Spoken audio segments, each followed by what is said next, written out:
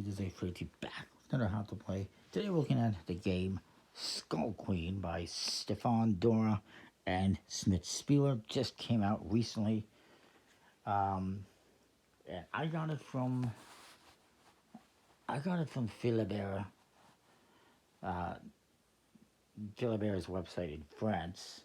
I haven't seen it available outside of the European market as of yet. It might be available soon. It is considered a beginner game, highly interactive, and medium.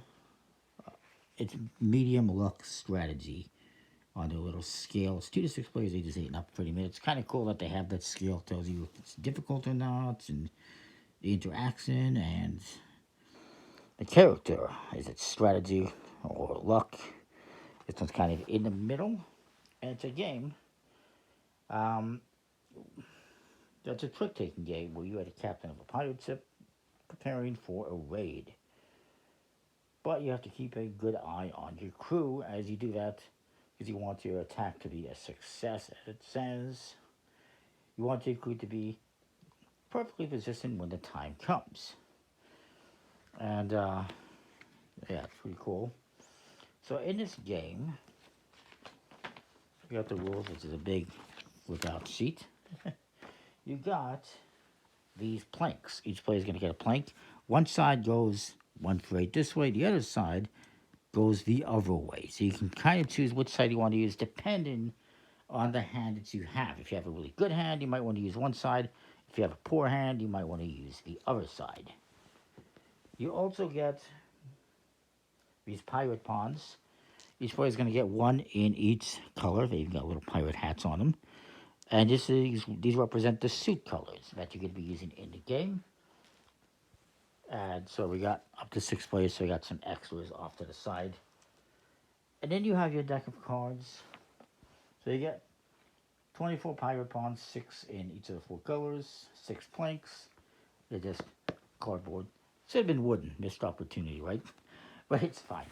And 50 cards, numbered 1 through 12 in the 4 colors. And there's also 1 0 and 1 13. The 0 and the 13 kind of work the same. They just basically become a 0 or 13 of whatever suit is the lead suit, basically. Other special cards you get, so again, you get 1 through, 12, sorry, in each of the 4 colors. There you go, 1 for 12. And actually, they're colorblind friendly because each suit has a different color scheme or different pattern. Like this one's got some seaweed or something. This one has, looks like maybe lava. This one's water, and this one's the boat floor. So kind of cool. But a couple of special ones as well you have to be aware of is the 5 and the 8. In each suit, they're special. And their ability is, so yeah, the 0, the 13, they just become 0, 13, or whatever suit is the required color for that trick. And when it comes to this is a monkey, by the way. And this one is the first mate. They take on whatever color is required, and you can play them at any time, even if you have that color. Otherwise, in general, you must follow whatever was led, just like most trick-taking games.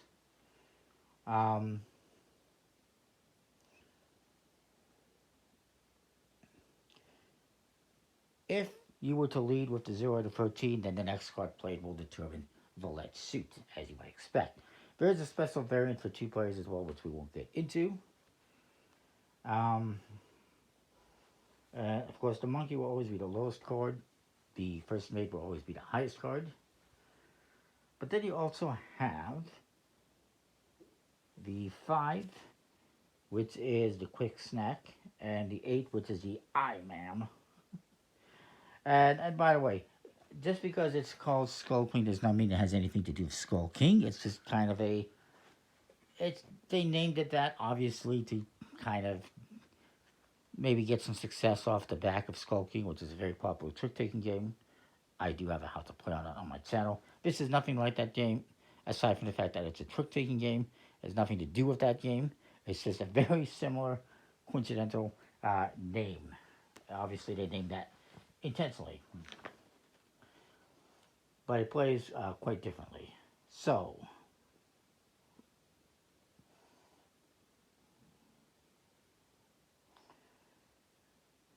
to probably explain, before I get into these cards, how things are going to work. You're going to get cards, you're going to play the trick, and you're going to have these, you're going to put these pawns in certain places on your board, depending where you want to go. Whenever you win a trick, let's say I win a trick with the red card, I'm going to move up one. Later on, if I lose a trick with, let's say, blue, I'm going to move back one. However, if I win a trick and there is an 8 in it, I'm actually going to move up 2 instead of 1.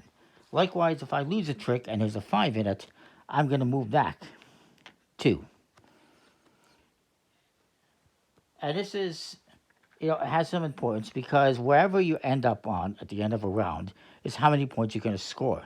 If your player ends up falling off the edge of the plank one way or the other, they don't get any points. They're out. They're dead. They drowned. At least for the rest of the round. So you got to be careful with how you position your tokens and which side of the board you use, because again, this side goes the opposite way. So if you win tricks, you're going to be going down, and if you lose tricks, you'll be going this way. So if you have a poor hand, you might want to use this side and lose tricks, and move your put your pieces up here, perhaps lose tricks, and go down and maybe get a bunch of points.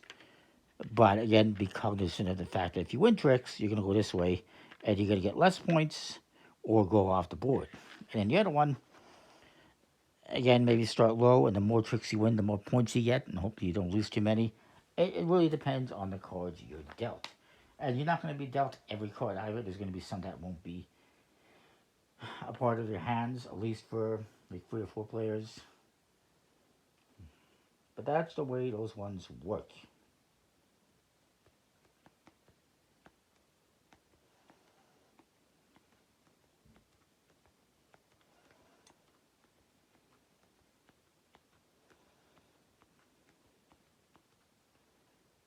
And it doesn't matter if you don't want to play the 5 or 8. It's just whoever loses or wins the trick would have to move it. Both might happen in one trick as well, of course.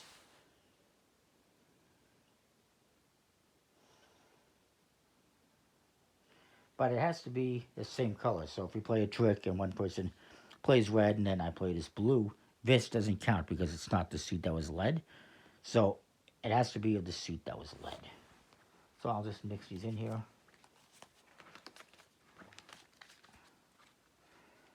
And deal out the cards. Hopefully that makes sense.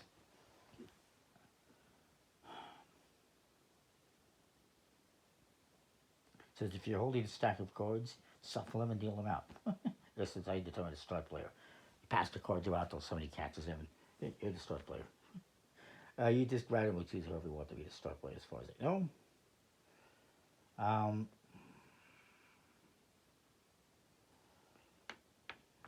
And you're going to deal out all the cards, basically, equally. If you do 4 players or 6 players, there will be 2 left over. You're going to put those in the center of the table. So 3, 4, 5, 6.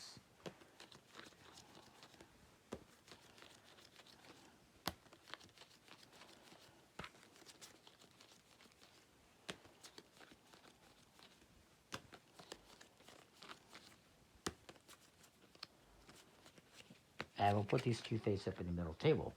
These will become a part of whatever trick is in play if they match the color. Now, I haven't officially seen what happens if you're doing like 3 players and you would do stuff, but anyways, I'm going to look at my hand here. I got some blue ones, not a lot of red, a couple of red. So I'm going to, let's just say, I'm going to put the yellow one up here. I'm going to put maybe the red one here, maybe the blue one here. and I'll put the green one up here, because I only have one green. And everyone else is going to do something similar, based on the cards.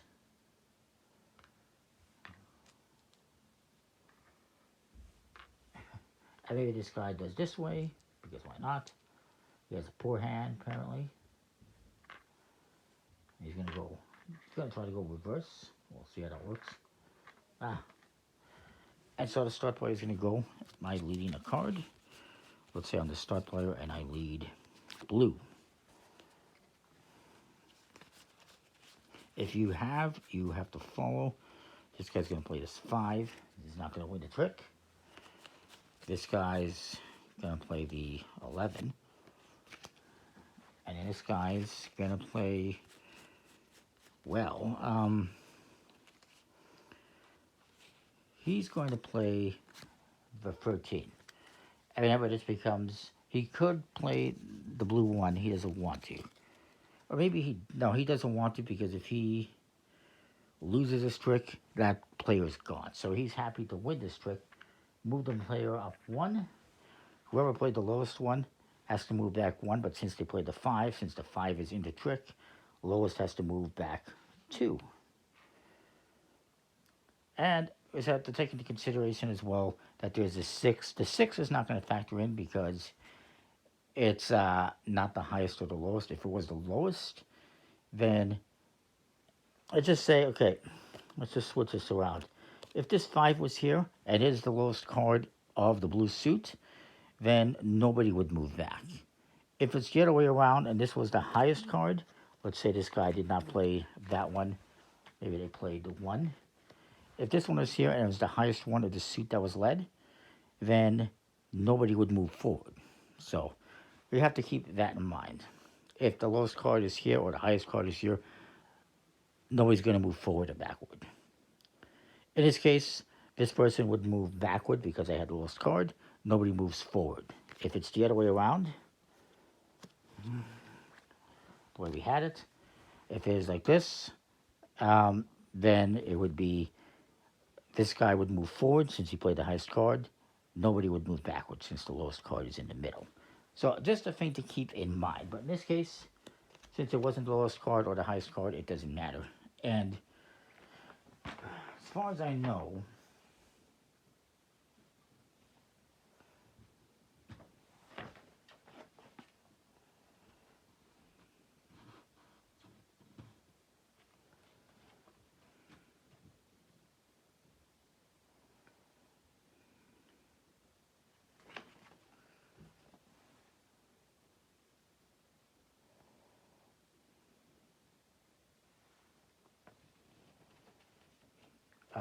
I'm just trying to figure out what happens with that card in the middle.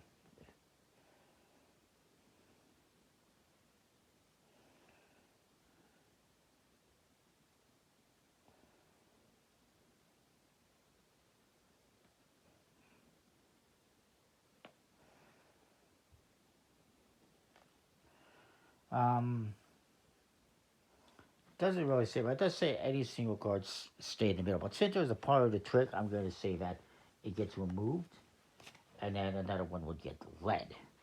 And let's just say this guy leads with a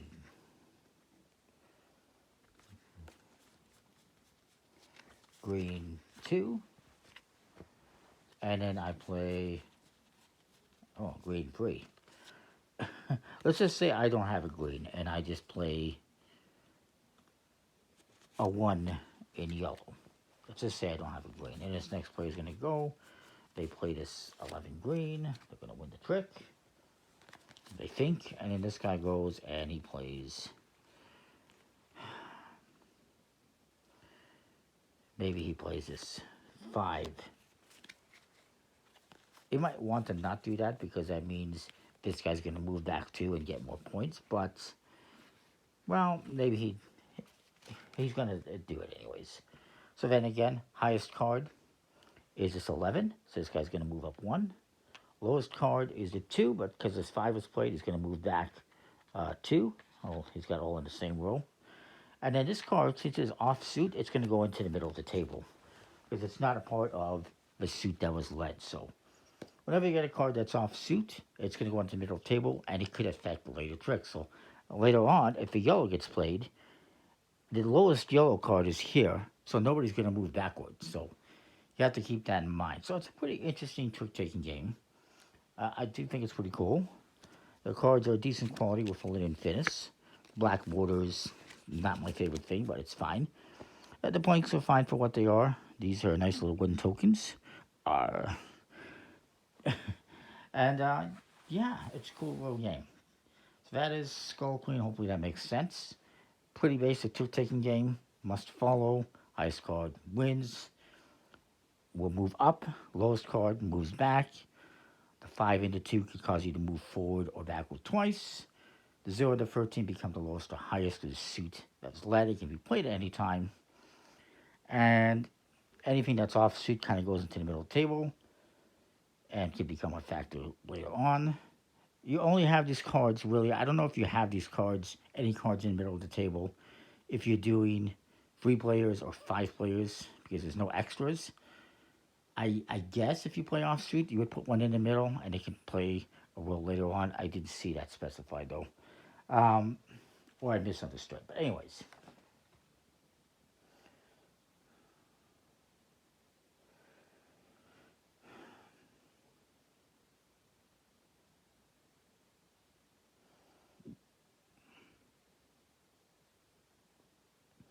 Apparently, there's a possibility of ending up tied as well. Whoever played the highest card, I'm not sure how that's possible.